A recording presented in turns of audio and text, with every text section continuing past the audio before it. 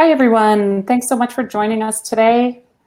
This is Erica speaking. I'm the Director of Marketing with True North Accounting. I'm not on the screen, but you can see Matt and Curtis, partners with True North, down there on the screen. Thanks so much, as I said, for joining us today. We are excited to share some information with you. We know right now we're all living with a lot of uncertainty. There's very sort of tumultuous times, and many people might be thinking about starting a new venture, or maybe already incorporated or running a small business. And we wanted to break down the different ways that you can pay yourself as a small business owner.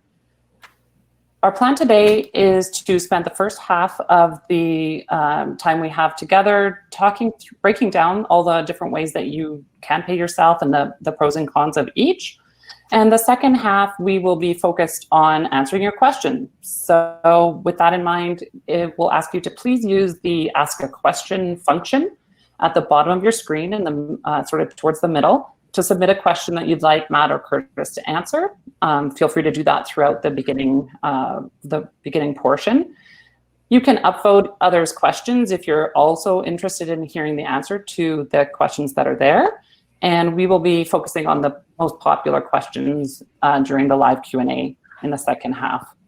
My colleague Lisa and I will be moderating the chat function. So use that chat function on the far right if you're having issues with audio or video or want to comment. Please use the chat function for that. Okay, a little bit about True North before we get to the goods here. True North Accounting is an Alberta accounting firm with locations in Okotoks and Calgary. We offer bookkeeping, accounting, and tax services for incorporated small businesses, solopreneurs, freelancers, and consultants. We are passionate about Alberta entrepreneurship and are small business champions that help guide owners on their small business journey. So with that, I'm going to turn it over to Matt and Curtis. They are both CPAs and partners at True North. Over to you guys. Perfect. Well, really appreciate all you guys for showing up. And this is a topic that Curtis and I talk about a lot with pretty much every single one of our clients. And it's really one of the most important decisions you have to make once you're incorporated and when you're a small business owner.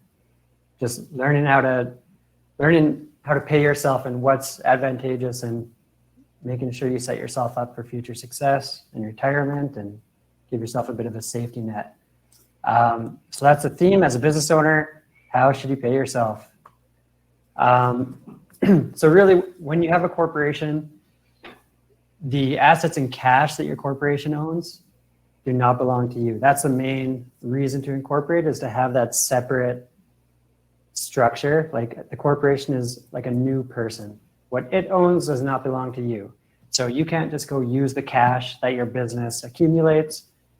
Your business has to choose a way to pay you. Same goes for the assets. Like if your business owns a vehicle, you can't just use that vehicle personally without it being considered taxable benefit.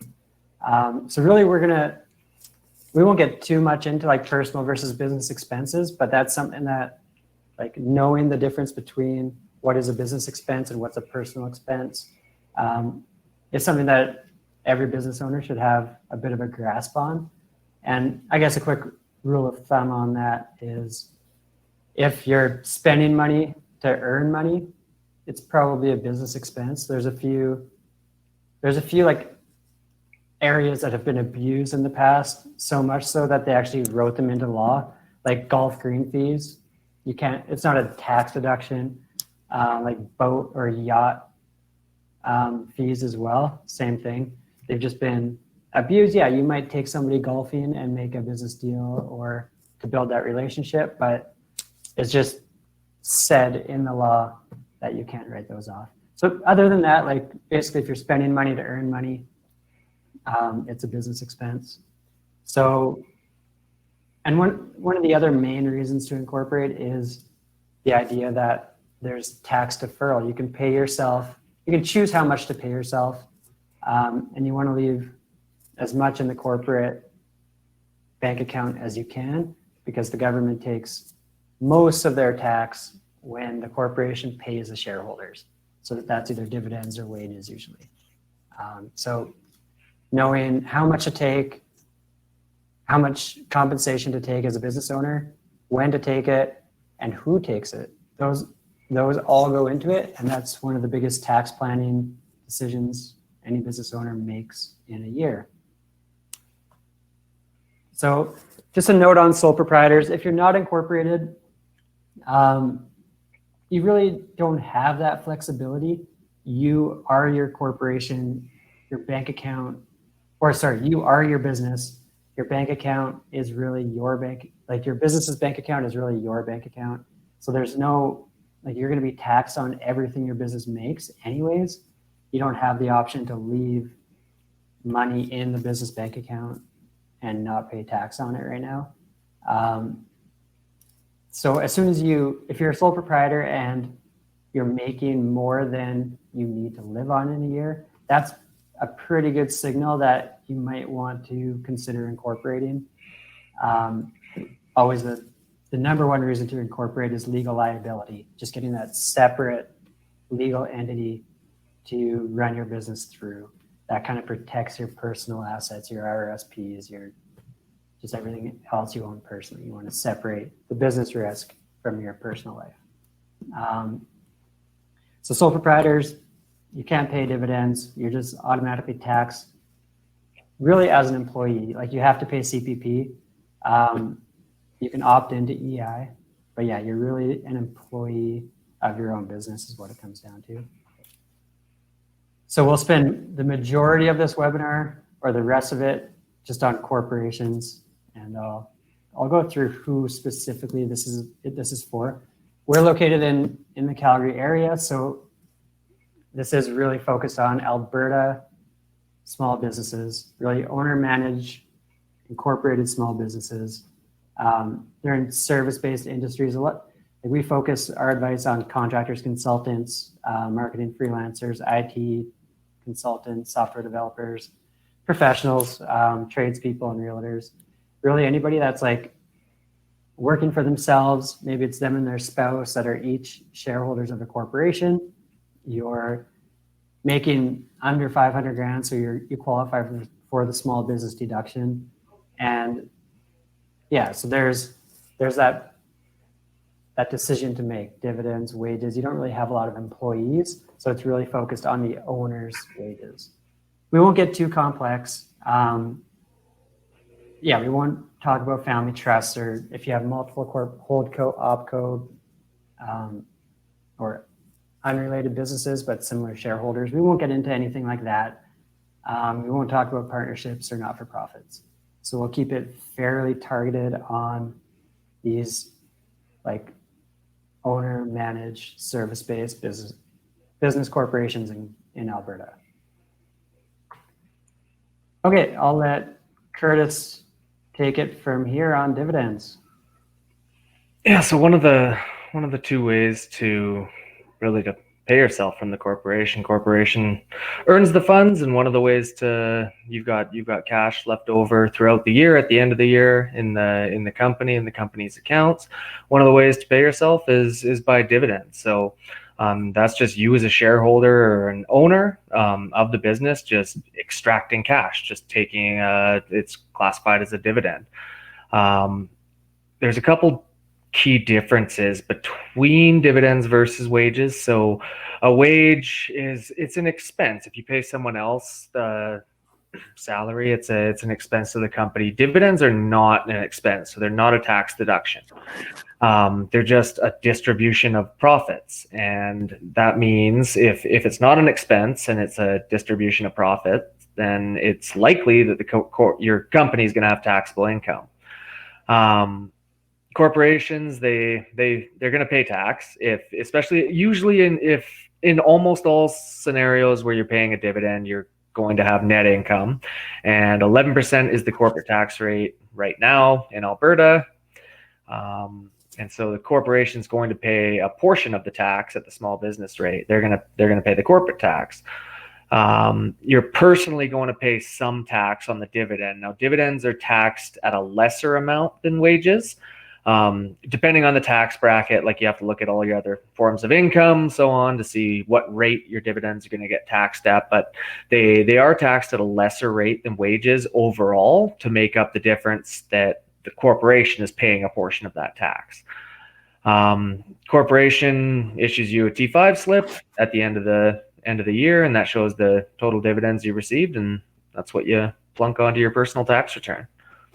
And really, the for our target audience that owns the corporation, controls the corporation, you care about the amount of tax that the corporation is paying, and because it's really money out of your business's pocket. But so you need to take into account that portion of tax that the company's already paid. And so a lot of people, like if you didn't have any control over the corporation, yeah, you'd only care about the tax you're paying on the dividends. But if you only think about that, it seems like dividends are much more favorable than wages. But if you add that 11% on top, which is really money going to the government from your business, that gives you the full picture. Okay, Curtis, let you take this one. So, as with anything, pros and cons. We'll get into the pros and cons of wages in a little bit, but pros and cons of paying yourself dividends. So we'll start with the pros. It's going to be obviously more cash in your pocket. As you draw a dividend, you're not paying into CPP. You're getting the full cash extraction every time you pull it out of the company.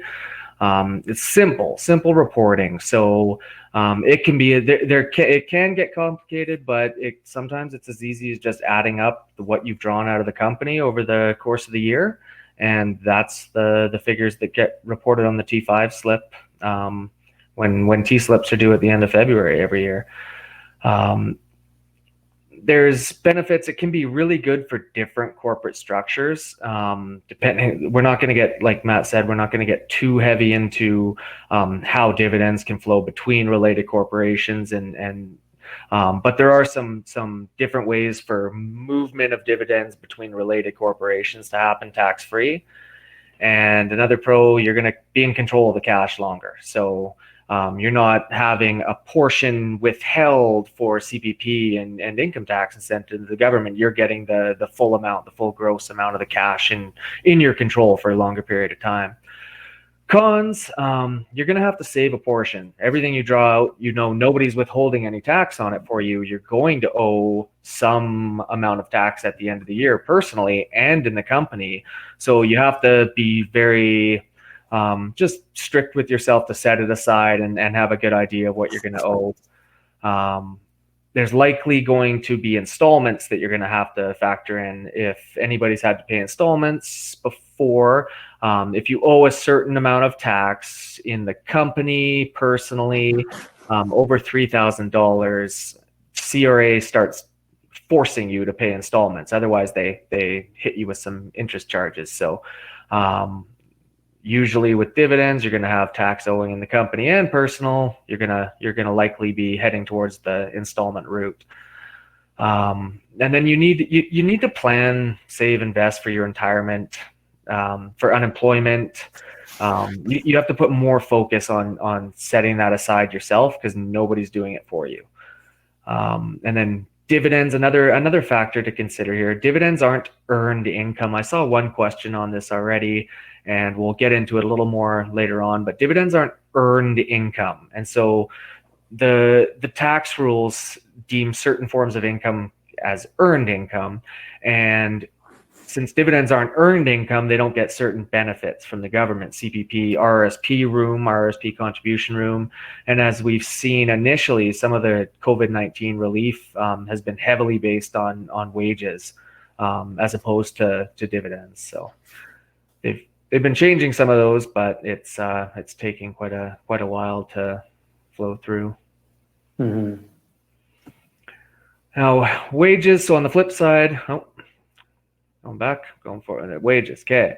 So also known as salary, payroll, bonus. There's a bunch of different ways you can classify wages, but they're payroll expense, they're wage expense.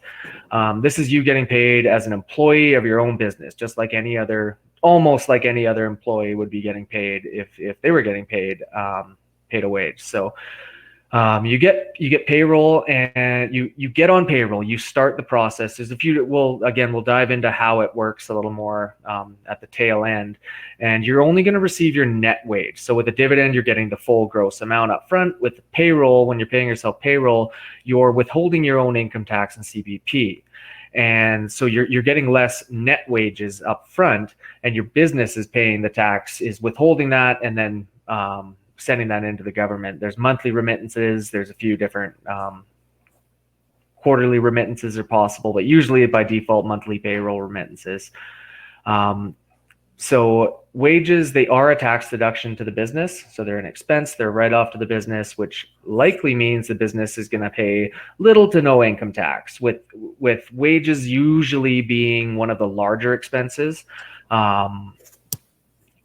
It's going to create a situation where you have less or little to no net income in the company, and therefore no tax, corporate tax owing the company, just because you're paying the majority of the taxes personally yourself. So actually for both, like Matt had mentioned before. Instead of a T5 slip, you get a T4 slip to show your employment earnings and the total amount of wages and deductions. You're going to be paying into CPP. Owners and related people to owners are exempt from paying into EI. So there's one thing that doesn't have to get withheld and remitted.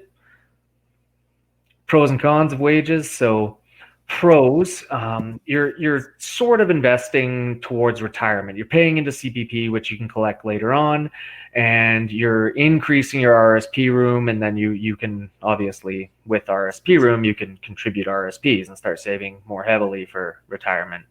So wages are earned income, and so earned income increases RSP contribution limit. And RSPs can be a great tool to reduce how much tax you owe personally in any given year. You're wages eligible for EI, CPP, EI if there's a certain pathway to opt in for extra benefits through that. Exempt for the normal owner of a business.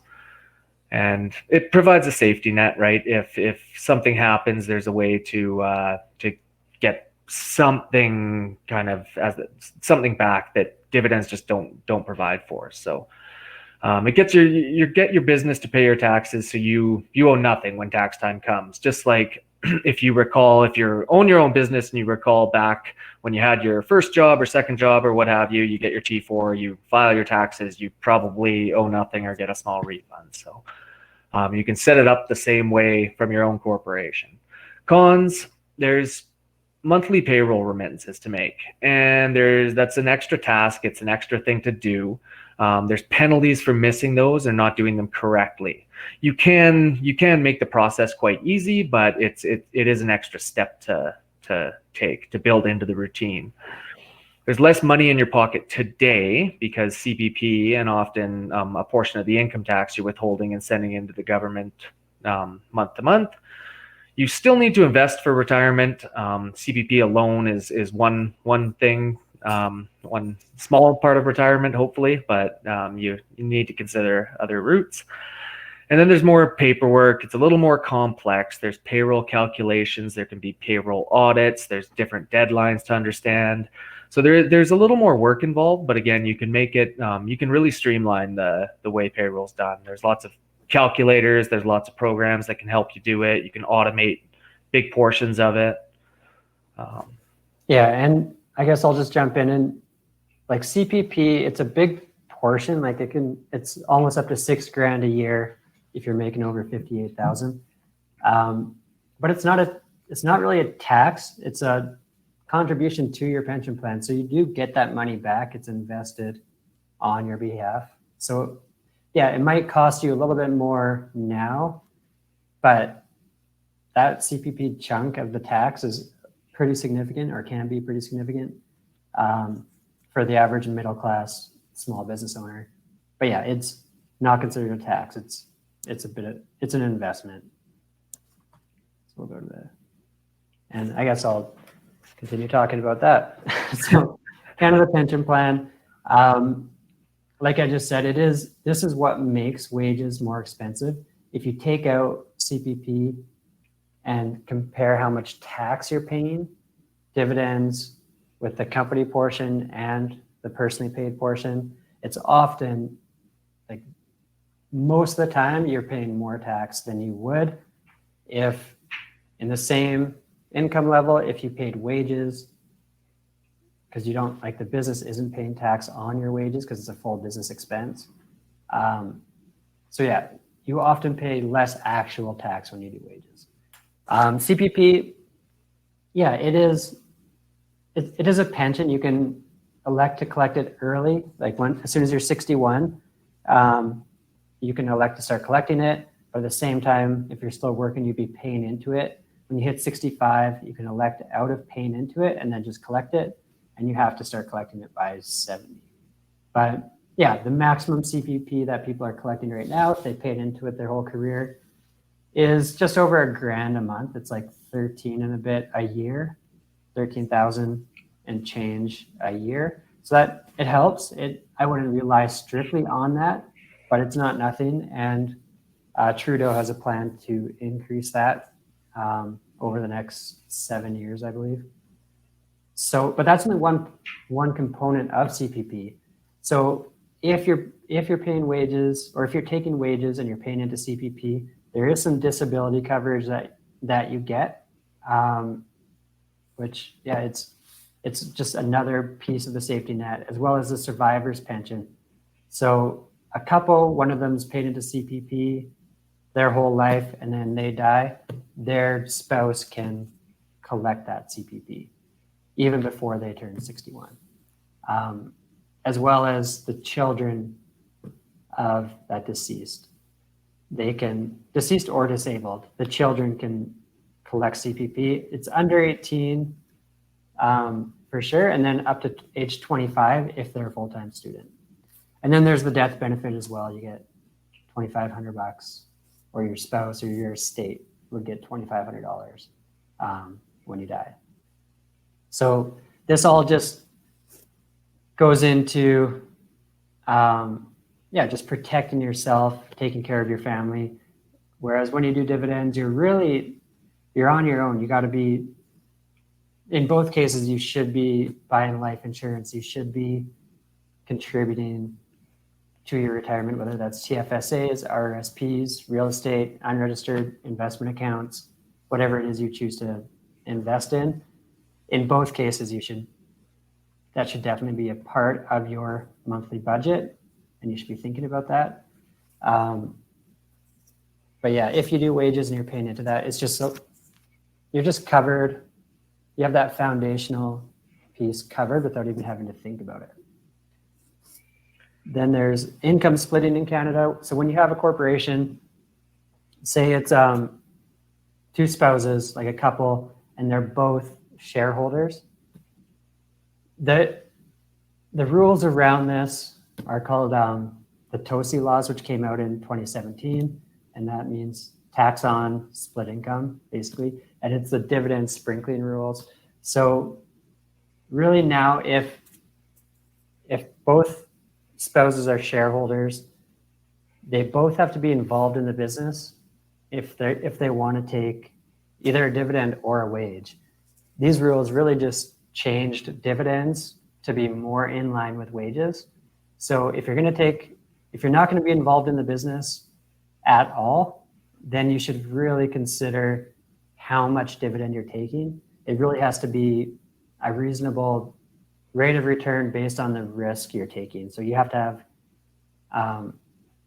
like say your wife is a doctor and you are a stay-at-home parent, and if you're not a doctor as well, so you're not helping earning that income, but maybe you put in some cash to start up or put them through med school, or it'd have to be, forget the med school example, it'd have to be cash injected into buying the shares and starting up the company. You get a return, like your dividend would be capped at a reasonable rate of return. If you do wages, they have to be reasonable. So you can't pay somebody $100,000 to sweep your back shop or whatever, keep your workspace clean. It has to be like if they ever came and audited your payroll, your dividends, you'd want timesheets and like a list, like a job description, basically.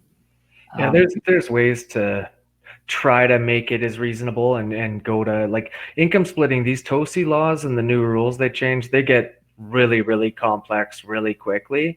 There's so much to know, but it's income splitting can create such a tax saving advantage that's why they introduced the new rules to crack down on it. But there's still ways to, if the scenario plays out properly and it is both people are helping the corporation, or you just got to kind of look at the facts of the scenario, and there's ways to make sure that you're documenting everything correctly so you can split some form of income. Mm-hmm. And a lot of these laws are targeting the wealthy, and like for most middle class, like say, like the goal here is to make both spouses taxable, or they're both tax brackets equal. So like if you don't want one spouse paying tax on $150,000 a year and the other having no income, or like 20,000. So if you can take 30,000 off the one spouse and put it to the other spouse, so it's 120 and 30 or 40 or 50, that's going to save you a lot of tax. The differential on those tax brackets, like you're probably 10-15% on that 30,000. So it's definitely worth doing. And when you do incorporate, definitely consider who's a shareholder and what class of shares they get. So often we recommend, okay, so two spouses incorporating, one should be Class A shareholder, one should be Class B, and that way you can declare dividends. But yeah, you have more flexibility in dividend when you're declaring dividends. Say you're 50-50 Class A shareholders, like you're both the same class, 50% you each own, you have to declare a dividend to that whole share class. And so both spouses would have to take equal dividends.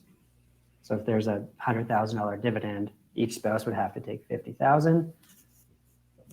But then you bring in the TOSI laws and they'd be like, yeah, that's like, they might attribute the full dividend to the one shareholder. So there's kind of some legal factors pushing against these new income splitting rules. But yeah, generally just do different share classes and you should be fine. You can see it gets complicated quick, but having some form of basic understanding of how it works is especially when just starting out or looking at starting a new business or making any changes, goes a long way. Mm-hmm. And then, yeah, so for tax planning, when really the main tax benefit to incorporating is being able to leave money at the corporate level.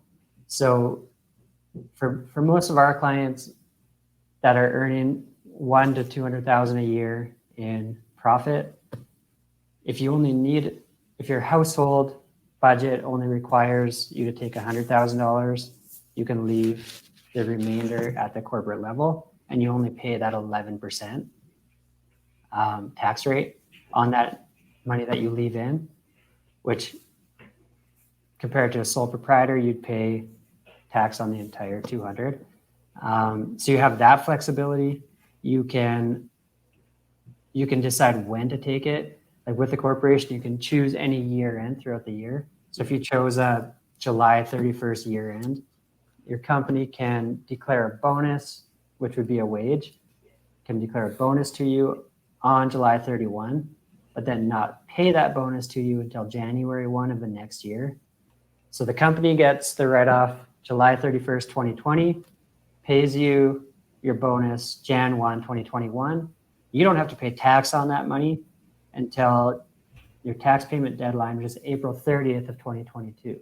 So you get that 20 months-ish of tax deferral, which like not everybody cares about the time value of money, but it's real, not so much when interest rates are so low, but typically you could, instead of paying that tax, you could put it in an investment account and earn 5% on that money. Or if you know next year is going to be a slower year and you're splitting income between years, like the timing, the amount, and the ability to split income between people or between tax years, those are usually the biggest tax saving opportunities you have every single year, and they can add up quick. I've had, as Matt first pointed out, if you're only taking out as much as you need and you're leaving the rest in the corporation to just get hit at the corporate tax rate of 11%, that chunk you're leaving in there doesn't get hit at your tax rate personally, which could be 25, 30, 35, 40%. I've had clients come in and they right up front, they'll say, oh, in the past, I've been told you have to take everything out of the corporation. And we'll quickly go through a couple examples of different levels of income each time. And it's if you take everything out versus only take 3/4 of it out, what you earned in the year. And the tax saving, the difference in tax owing in a single year can be mind boggling when you look at how much extra money you might have given the government that you didn't need to. Yeah.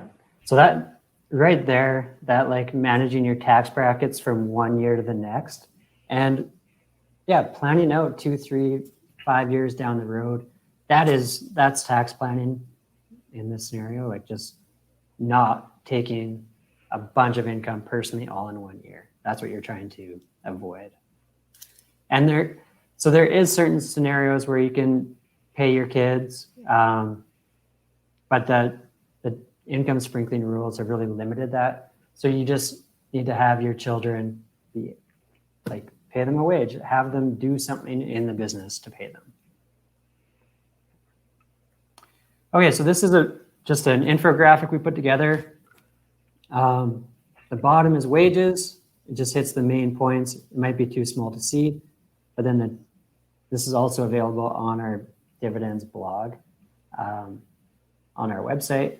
But yeah, these are the main points: dividends on top, wages on the bottom. And we can start answering some questions. Awesome, thanks guys. So I think the top, make sure you're upvoting any questions in the ask a question bar that you want answered, guys. And if you have any other questions you want to ask, please feel free to enter them now. Looks like the top voted one is from Hannah L. Asking about, I think you made a comment about wages is less money in our pocket today as CPP makes wages more expensive. So Hannah's just wondering, is this today only, or are wages always less money in our pockets than dividends? You do make a good, like I see exactly what you're after here, Hannah, and it does make sense, right? Because your company is matching your CPP. So your company and you, like the combined unit, is out of pocket some dollars today. And you personally, your portion of the CPP, you are out of pocket that today, right now. But you will eventually, like if you look at dividend for your whole life versus wage for your whole life, you will get that CPP. So you will get more money. You will claim your CPP when you retire, hopefully, and you will get that back.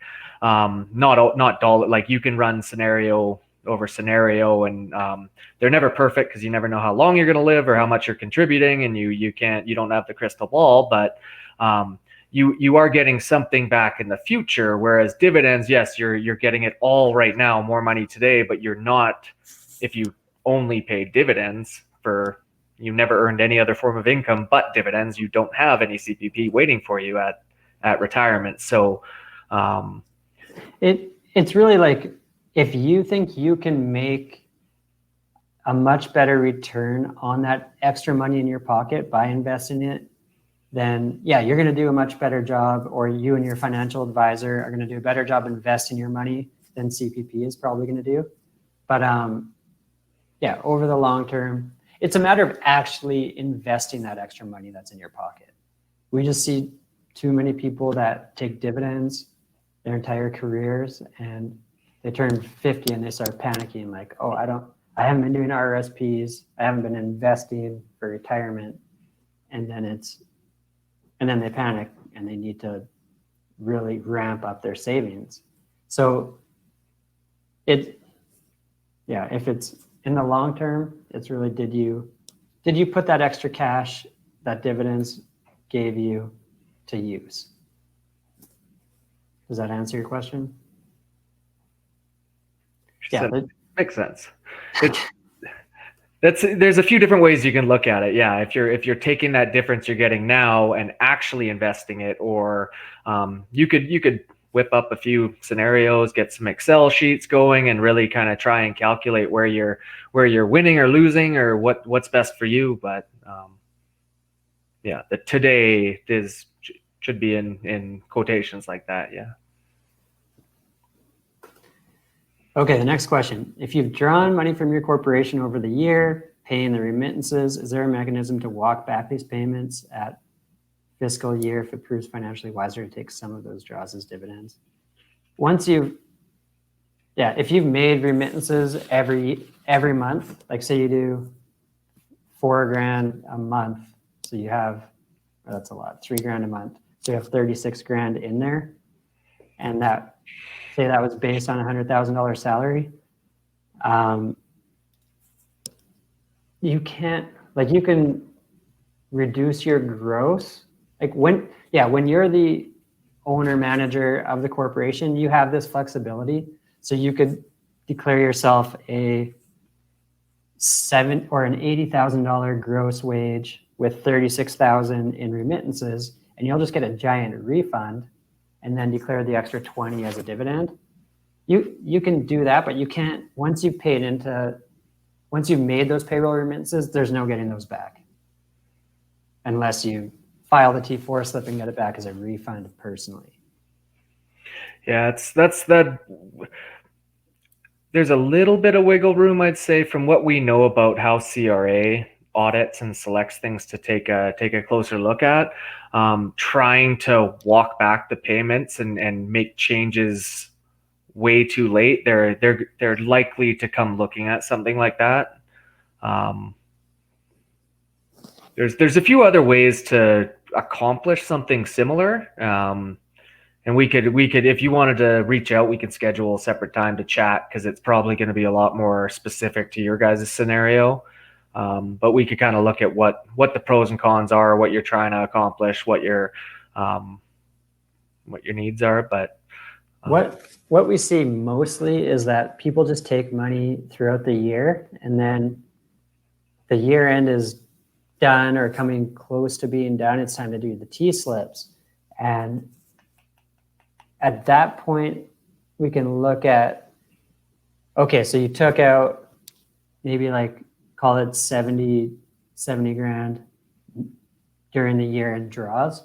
Then we can tell you, okay, you can still do wages, and we just classify it as a annual bonus instead of monthly payroll. And we can calculate how much you would have to pay on that 70 grand you took out if you took it all as wages, or if you took it all as dividends. So we can calculate everything, and then kind of after the fact, you can decide to do wages versus dividends. That's a common calculation we do for clients. They can see okay, this 70 in dividends, I'll pay this much at the corporate level, this much personally. And if I did wages, the corporation will only pay this much. And you just have to hit that final deadline for CPP. So if we're talking about a calendar year, so wages paid in December, you would tell the government, in December, I took $70,000 from the company. By January 15th, you have to remit your CPP and any income tax if you want. If you're looking at a wage versus dividend throughout the year to start, or vice versa, and at the end of the year, you want to do a little bit of shifting between the two to balance it out, that's much easier. That's doable. It's a lot easier to do something like that. But as far as, say you were making these payroll remittances, and then you went to reach out to CRA and say, hey, those 12 monthly payments I sent to you for payroll for really specific amounts, those weren't supposed to be there. They're going to come looking at things really close if you try and, or they're going to ask quite a bit of questions, or just won't refund them. yeah, they're pretty sticky with that. Yeah, you do not want to get audited by payroll, especially like you can get audited like for personal taxes, for GST, for your corporate taxes, and for payroll. So there's like 4 main audits, and payroll is definitely the worst if you have arm's length employees. Like as soon as you're spending money that's not yours, which you can do with payroll and you can do with GST, they're the hardest audits to get through. But if it's only the owners that are on payroll, you definitely have more wiggle room. Yeah. Okay, what role do RRSPs play in deciding if to pay dividends or salaries? A big one, big role. So just in basic terms, an RSP contribution in the year you do it, they give you 2 months into the 60 days into the following year. That's a direct reduction in your total income on your personal tax return. So RSP contributions play a role no matter what when you do them. But the biggest dividend versus wage difference there is that dividends are not earned income, whereas wages are. So only earned income increases your RSP contribution limit. We've seen scenarios where people have ran a corporation their whole life, quite a long time, and they've always drawn dividends. They just thought it was the easy route to go, and they're getting closer to retirement. And they really want to start throwing some excess cash into RSPs. And when we sit down and start looking at it closer, all of a sudden we see a big 0 beside RSP contribution room on CRA's website when we take a closer look into it. And it's because they've never had any form of employment income or earned income, and they're not able to contribute. They have no contribution room. So it plays a role for sure. If RSPs are something that you want to consider, and they probably should be, I guess, wages, or at least managing how much contribution room you have, should come into play. Yeah, it is a great way to save even more tax by doing wages every year. And George just made a comment, beware of RIF. Yeah, if you have $1 million, $2 million bucks in your RSP by the time you turn 71 and you're forced to take 7% out, that can automatically put you over that OAS clawback limit, which honestly, it doesn't sound like a problem because you're making too much money to get free money. It's a good problem to have, but a problem nonetheless. Yeah. Okay. Would a single consultant ever consider dividends? What would be the benefit as the only shareholder? So, yeah, lots of single consultants do dividends, and it's really, if you really want that control over your finances and you want to make decisions with how to invest your money, and you want to hold on to your money till the very last day, pay your taxes on April 30th versus monthly, like those are the main benefits. You do want to be aware, a lot of the single consultants, there's this concept called the personal services business, which the government came out with a few years ago. And it's like, if you're a single person and you're incorporated, and say you have one client, and that's TransCanada or TC Energy, and you show up every day, they tell you what to do, they give you a computer, basically you look like an employee of TC, but they're paying you through a corporation. That is the government's putting these rules to kind of dissuade that setup. They want people to be paying into CPP. They recognize that it was underfunded, and now they made all these rules to kind of get people back into contributing to CPP. And so in that scenario, there's a risk that the government will deem you a personal services business, which means like they'll penalize you pretty hard for that. You lose the small business deduction. They disallow a bunch of different expenses. The one expense, or one of the few expenses they do still allow, is a wage. Wages. So if you're ever in personal services businesses, it gets pretty complex. You got to look at your own scenario really, really closely to see if you have that risk of being CRA saying you're one of those, a personal services business. Then it might just be the safest way to protect yourself is pay a wage as opposed to dividends. But yeah, dividends are easy. A lot of people default to them just because they're simple. But usually, would you agree, we see there's more problematic in a sense that if you don't anticipate what's coming in the form of your tax bills at the end of the year, it's easier to get in trouble going the dividend route. Usually the first couple years, if you're not aware of how it works and you're just learning, it's your first corporation, you don't really know how it all works and what it looks like. It's easier with dividends to get in a cycle of chasing your tax bill. Mm-hmm. Definitely. And then I'm just seeing George's comment on this question. I think it got added below again too. But, sorry? No, it's added below too, but we can answer it now. Yeah. We'll just finish that one and then start this one. Okay. So a lot of people will have like a holding company and an operating company. And if your holding company owns at least 10% of the operating company, which the operating company might have a few different shareholders, but if your holding company owns more than 10%, the OpCo can pay dividends to the HoldCo, and those are tax-free because the OpCo's already paid their corporate income tax. So if they paid that money down to the HoldCo, they're not going to be taxed again. That would be double taxation. And there's lots of mechanisms to prevent double taxation. But then your holding company can then choose when to pay its shareholders. So it can hold the money there, invest it. It can pay a bit of a dividend.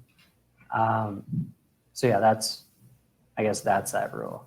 It's just tax-free dividends between companies. Next one is, what do shares have to do with dividends? Do different share classes affect dividends? So when you own shares, you're a shareholder. That just means you're an owner in the business, and you have to be a shareholder to receive dividends.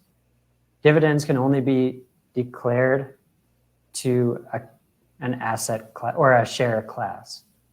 Like technically you don't say there's Joe and Joanne that are shareholders of a company.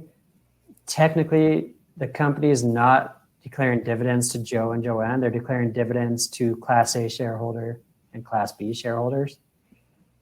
So yeah, if you both have the same class of shares, you don't have any flexibility. You have to take the dividend that was declared to that share class. Yeah, some people forget to do this. It's kind of the legal paperwork that exists behind the scenes that you might not see, or you forget to do, or your lawyer does and you don't see it.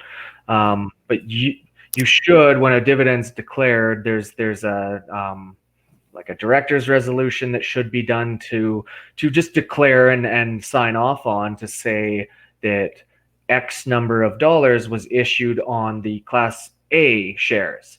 And it's a great way to make sure that say if you had a business partner and one of you took the whole year off, but you didn't want to share the income that you're going to do as a dividend, hopefully you have different classes of shares. Because if you don't, and you declare you both have Class A shares and a dividend that gets declared on those Class A shares, then you and your business partner that was surfing in Hawaii all year, whatever the case may be, see, and get the same income.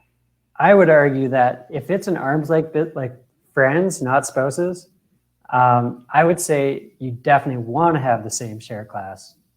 Well, there's pros to it as well. But because if you want that, really dividends can be passive income. So you build up a business and then you retire, but you still want a share of the profits.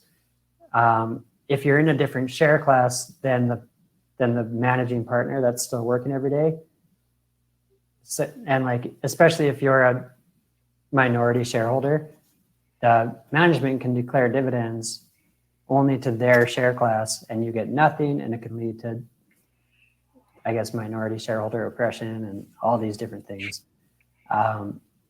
If in that scenario where one partner is not active, you can always pay dividend or pay wages to, like if there's 50 grand profit that they're going to split 50-50, yeah, that's one thing, but then the shareholder that's working day to day can get a wage. But I've just seen it go ugly, and it's, yeah, you want to have the same rights as your business owner or as your business partner. So yes, they do affect dividends, the different classes. So there's a lot to figure out before finalizing decisions like that. But definitely, yeah. So talk to your accountant and your lawyer before you incorporate, especially if you're going into business with a friend or a business partner. Okay, are there any specific strategies to focus on if you plan on saving money within your corporation and continue to pay yourself once you have retired, i.e. no more income coming into the corp, but surviving off the saved money? Definitely. Like, that's when the beauty of having a corporation is it can almost work as like a pseudo RRSP, where if you keep as much money as you can during your working years and build up that nest egg in your corporate accounts, maybe you open an investment portfolio or you acquire land or even just the equity in your business, and then you sell your business and the proceeds go into the company. Yeah, if you have $1 million in your corporation, by the time you're 65, you can keep paying yourself a dividend or a wage after you're working, and that's how you can fund your retirement. There's a lot of life insurance policies that can help out with this too. And I don't even know why some of these policies or these structures are allowed, but some of them are very tax efficient. Because yeah, life insurance policies are tax-free money to your corporation. So that's a great way if you're talking about, or if you're thinking about succession to the next generation, or like your legacy, if you want to leave money to your kids, the most tax efficient way to do it is sometimes that life insurance policy. There's another comment here. If you invest the excess in dividend-bearing instruments in your corp, there isn't a tax advantage for dividends. So there is some passive income rules that also came out in 2017. And so once you hit that $1 million range, like assuming your portfolio, say you have $1 million in a portfolio in your company, at 5%, that would be earning $50K a year in passive income. The government put in this rule where as soon as you're earning more than $50K a year from passive investments, the tax rate skyrockets. So that up to $1 million or up to $50K a year, it's great. Or if maybe it could be $2 million if you have half of it in growth stocks, not dividend paying stocks. But the idea is you can build your own nest egg, but as soon as you're like the 1% just sheltering money in all these shell corporations, that's what they're cracking down on. Yeah, So they want you to pay it out, get it out of the company so it can get into your hands so they can tax it. But yeah, like we said at the start, as soon as your company pays the shareholder, so corporation to individual, that's when the government gets their bulk of their tax revenue. And so they're preventing people from holding too much cash in a corporation. They want it to keep cycling through. Okay, we are a husband and wife team. We own 50% type A shares and our kids own 10% type B shares. Is there any benefit to paying the kids a dividend? Curtis, do you want to handle this? you got to look at it from a few different angles. There is the possibility to split some income. So you guys have less of a dividend to pay tax on, and your kids would have a small dividend, or whatever split that makes the most sense. But the big question is, are you actually going to pay that dividend to them? Is it going into their pocket, or is it going into your pocket? They're going to owe tax on this dividend that you could split off to them. You'll save some tax. They'll pay some tax depending on where everybody's tax brackets are personally, how old the kids are. If they're under 25, yeah, because it used to be 18, they've changed it to 25 now, where essentially it's commonly referred to as the kiddie tax, where if you pay a child that's under 18, under 25, that can kick in now. Those dividends just get hit at the highest tax rate, no matter what. So it's specifically there to prevent people from doing that. But if the kids are involved in any way in the business, and you're paying them another way already, or you just want to split a small there could be a way to structure it where you could get some form of income splitting there. But the one thing that if CRA, like the risk you run, if CRA takes a look at things and they want to actually see the payment of this dividend, you could get yourself in a pickle if the dividend didn't actually get paid to them. So that's one concern. And even if it did, they can still attribute the income back to you. And yeah, it's not a good idea. I would probably just pay them a wage if they're involved, and if they're not, it's safer. Yeah, safer to. And just keep in mind, like with any government audits, it's got to be worth their time. So if it's like a $5,000 dividend to a 23-year-old university student, you're probably fine. But I wouldn't do a $60,000 dividend to a 16-year-old. It's like, if they audit you, they want to make sure there's a return on investment. Mm-hmm. At least I'd like to think they think that way. Okay. Guys, looks like we have one question left and a couple minutes. So let's see if we can get that last question, and we'll wrap up for everyone. Sure. Okay. If we've run out of personal RSP room, would a TFSA be the best alternative? That's really a question for your financial advisor, but TFSA is great. I think look at your TFSA first and use your whatever remaining RSP room you have think of it as the deduction against your income in that year. So you're going to save some tax if you can get it out of the third bracket into the second bracket or something like that. Use the deduction as a tool, and maybe lay off it for a bit, let it build back up, go on to your TFSA. But think of it more as a deduction against the income to potentially save tax at a higher rate any given year. Yeah, the TFSA is a great tool, especially if you're young. Like, I would max that out first, because you can let it grow, and all the growth, all the income from your TFSA is tax-free. So yeah, it doesn't save you tax now, that does in the future. What you don't want to do is over contribute to your RRSP. That's a disaster to get out of. Okay, so I think we answered George's question. Yeah. Okay, I think that is it. That's it. Thanks so much, everyone.